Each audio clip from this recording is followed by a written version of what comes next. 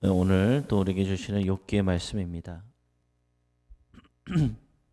어제까지 말씀 보면은 이제 욥이 원망하고 불평하는 그런 모습을 볼 수 있었어요. 하나님 앞에 원망하고 불평하는 그 욥. 근데 오늘은 그 친구 가운데 엘르바스가 지난번에 이제 욥을 훈계하고 책망하는 그런 모습이 있었고, 오늘은 빌닷이라는 친구가 이제 욥을 훈계합니다. 그래서 오늘 말씀의 제목은 빌닷의 강한 훈계, 강한 훈계라는 제목을 가지고 말씀을 전하고자 합니다. 욥이 이제 하나님 앞에 원망하고 탄식하는 그 소리를 들은 이 친구들이 매우 놀랐어요. 어떻게 하나님 앞에 이렇게 원망하고 탄식할 수 있을까? 그리고 지금까지 자기들이 알고 있던 이 욥, 그의 모습과는 너무나도 다른 모습이었기 때문에 놀랐습니다. 지금까지 욥은 정죄하지 않았잖아요. 원망하지 않았어요. 하나님 앞에 원망, 불평, 소리 안 하고 또 경건하게 살기로 노력하였던 자가 욥이었다는 것을 이 친구들은 알고 있었기 때문에 이 한결같고 이 경건했던 이 욥이 자신의 이 억울함을 주장하며 울부짖는 모습을 보면서 놀랬습니다. 그러면서 이 욥이 야, 이제는 정말 다 됐구나. 마치 신앙을 버리고 무너지는 것처럼 친구들에게는 그렇게 보였던 것입니다. 그래서 그 친구 가운데 빌닷이 오늘 말씀 보면은 욥을 단호하게 꾸짖고 있어요. 그래서 1절에서 4절의 말씀 보면은 빌닷의 독설이에요. 독설. 독한, 독이 들어간 그런 말처럼 빌닷은 욥의 말에 분노를 느끼기 시작했어요. 그가 보기에 욥은 왜 고난을 받느냐? 욥이 죄 때문에 고난 받는 것. 빌닷이 보니까 그것이 분명한데 욥이 말하기는 자신은 죄가 없는데도 하나님께서 자신을 까닭 없이 괴롭힌다고 계속 원망이 있기 때문에 빌닷이 생각하기에 욥이 그냥 뻔뻔하게 보이는 거예요. 죄인, 죄가 없으면 어떻게 이런 어려움을 겪고, 그러면서 자기가 죄가 없다 하나님께 원망 불평하는 그 모습을 보면서 욥이 뻔뻔하다, 이렇게 본 거예요. 불경하기 그지없다. 어떻게 하나님께 저렇게 원망의 소리를 내뱉고, 그리고 자기가 분명 죄 지은 게 있어서 고통받고 있을 텐데 죄 지은 게 없다라고 하는 그 모습을 보면서 뻔뻔하다 여겼습니다. 그래서 욥이 더 이상 항변하지 못하게 할 심산으로 지금 단호하게 친구가 이야기하고 있는 거예요. 2절 말씀에 이렇게 이야기합니다. 내가 어느 때까지 이런 말을 하겠으며 어느 때까지 내 입의 말이 거센 바람과 같겠느냐. 네가 어느 때까지 이런 말을 할 것이며 어느 때까지 내 입의 말이 그렇게 거센 바람, 그것과 같겠느냐. 말도 안 되는 주장을 한다. 죄가 없다라고 너는 이야기하는데 또 하나님을 향해서 불경한 말을 담고 있는데 더 이상 그 말을 담지 말라. 하나님 앞에 어떻게 그런 말을 할 수 있냐 하고 꾸짖고 있는 거예요. 그래서 욥의 주장대로라면 하나님께서 정의롭지 않다는 뜻인데, 하나님은 공의의 하나님이라 죄를 저지르면 심판하시고 또 죄의 값으로 이런 어려움도 겪고 하는데, 그러면은 너의 말대로라면 아무런 죄가 없는 너를 하나님이 치셨다면 하나님이 정의롭지 않으신 하나님인데 그게 말이 되냐라고 몰아붙이는 것입니다. 그리고 거기에서 그치지 않고 더 나아가요. 욥의 가슴에 완전 비수를 꼽습니다. 4절 말씀 보면은 이런 말씀이에요. 내 자식들이 죽은 것은 다 네 자식들이 지은 죄 때문이다. 죄를 지었기 때문에 죽은 것이다. 이렇게 이야기하고 있어요. 인간부, 엘루바스, 빌다. 그렇죠. 성경에 보면은 죄를 저지르면은 이렇게 죄에 대한 값을 받습니다. 그런데 이 천천지 원수에게는 할 만한 이 독설, 그것을 너희 자녀들이 10명이 다 죽은 거는 그 자녀들이 지은 죄 때문이야. 죄가 없으면 어떻게 죽을 수 있냐라고 독설을 쏟아붓는 거죠. 그럼 왜 이렇게 잔인한 말을 했을까요? 이유가 있었습니다. 빌닷이 보기에 욥은 오만해 보였어요. 자기가 잘못을 했는데도 뻔뻔하게, 분명 자기들이 모르는 죄를 저지른 것이 있을 텐데 그 죄를 털어놓지 않고 죄가 없다라고 뻔뻔하게 또 하나님 앞에 그렇게 원망하는 소리를 듣고 안 되겠다. 이 욥을 좀 꺾어버려야겠다. 이런 생각이 빌닷에게 있었던 거예요. 그래서 고분고분하게 만들기 위해서 독한 말들을 막 쏟아낸 것입니다. 그래서 자기가 옳다고 믿는 것을 욥도 인정하기를 바랬던 것입니다. 그런데 이것이 믿음이 좋다고 하는 사람들이 다른 사람들에게 이런 상처를 주는 경우들이 많이 있습니다. 상대방의 아픔, 상황, 뭐 어떻게 아프고 어떤 상황인지 그런 것은 헤아리지도 않고 그냥 신앙의 잣대를 사정없이 들이대는 경우들이 있습니다. 판단하는 것, 판단은 누가 하십니까? 사람이 하는 것이 아니라 하나님이 하시는 거예요. 근데 판단하고 정죄하는 이런 말은 우리의 것이 아닙니다. 하나님의 자녀는 어떤 말을 해야 되느냐? 사랑, 그리고 사랑의 이 권면이 아니라면 우리의 입은 다물어야 한다는 거예요. 사랑의 말이 아니라면 아무리 옳은 말이라도 성경에 있는 말이라도 우리의 입을 다물어야 된다. 5절에서 7절의 말씀 보면은 빌닷의 회유입니다.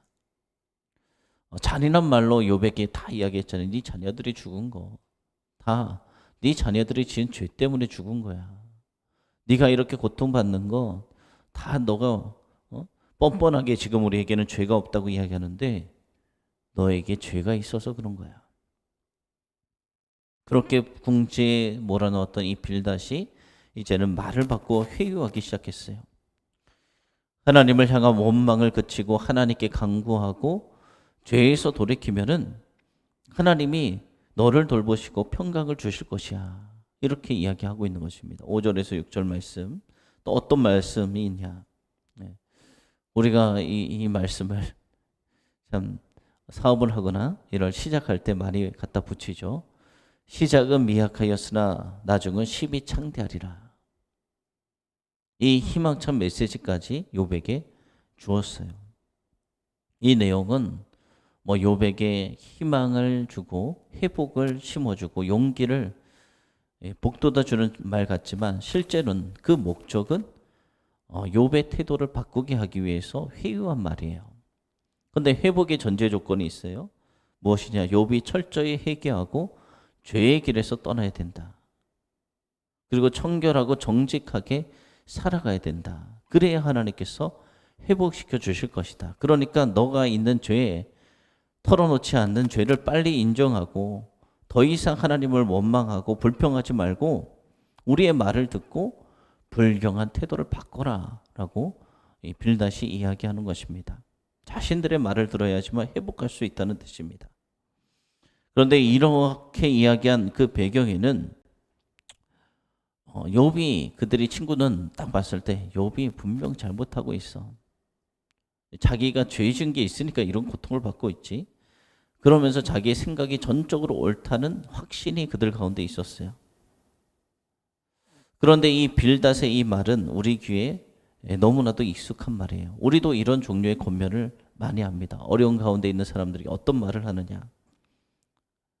걱정하지 말고 하나님께 기도하며 응답해 주실 거야. 걱정하지 말고 하나님께 기도하며 응답해 주실 거야. 신앙생활 잘하면 하나님이 지켜주십니다. 신앙생활 잘하면 하나님이 지켜주십니다. 지금은 어렵더라도 믿음을 잃지 마세요. 하나님이 기적을 일으켜 주실 것입니다. 지금은 어렵더라도 믿음을 잃지 마세요. 하나님이 기적을 일으켜 주실 것입니다.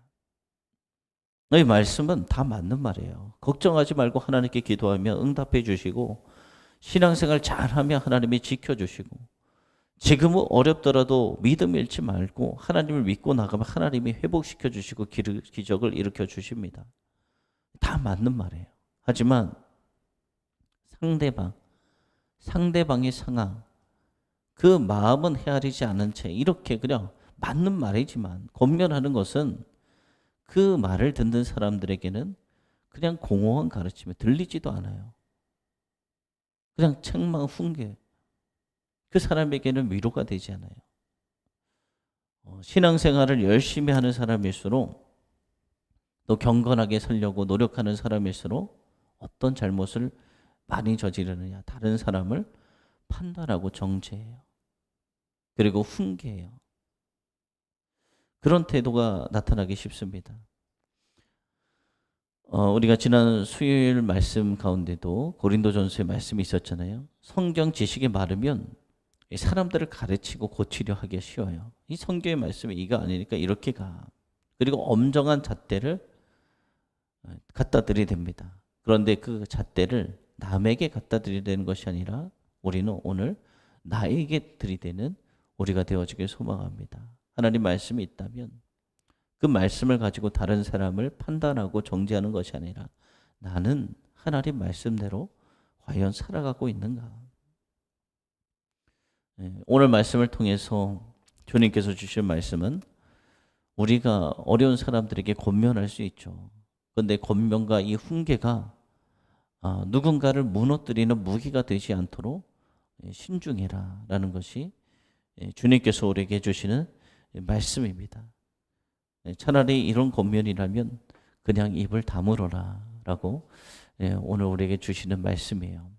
친구들이 욥의 친구들이 있었습니다. 위로한다고 왔잖아요. 위로한다고 와서 도대체 하고 있는 것은 무엇입니까? 진정 위로가 됩니까? 엘르바스, 빌다. 위로한다고 와서는 위로가 되지 않는 거예요. 그 사람에게는 맞는 말이지만, 이빨은 말이지만, 성경에 기록된 말씀이지만 고난을 당하고 있는 사람들에게는 위로가 되지 않습니다. 그래서 오늘 말씀을 오늘도 기억하고 우리가 다른 사람을 판단하기 전에 우리가 하나님 말씀을 가지고 나의 모습을 되돌아보고 또 주변의 어려운 사람들 맞는 말이에요. 성경의 말씀에 있고 그렇게 하면 돼요. 하지만 그 말이 그들에게는 위로가 되지 않는다라는 것을 기억하며 그냥 그들을 위해서 기도해 주며 또 세워주며 그렇게 나아가는 우리가 되어지길 소망합니다. 기도하겠습니다. 살아계시고 은혜가 풍성하신 하나님,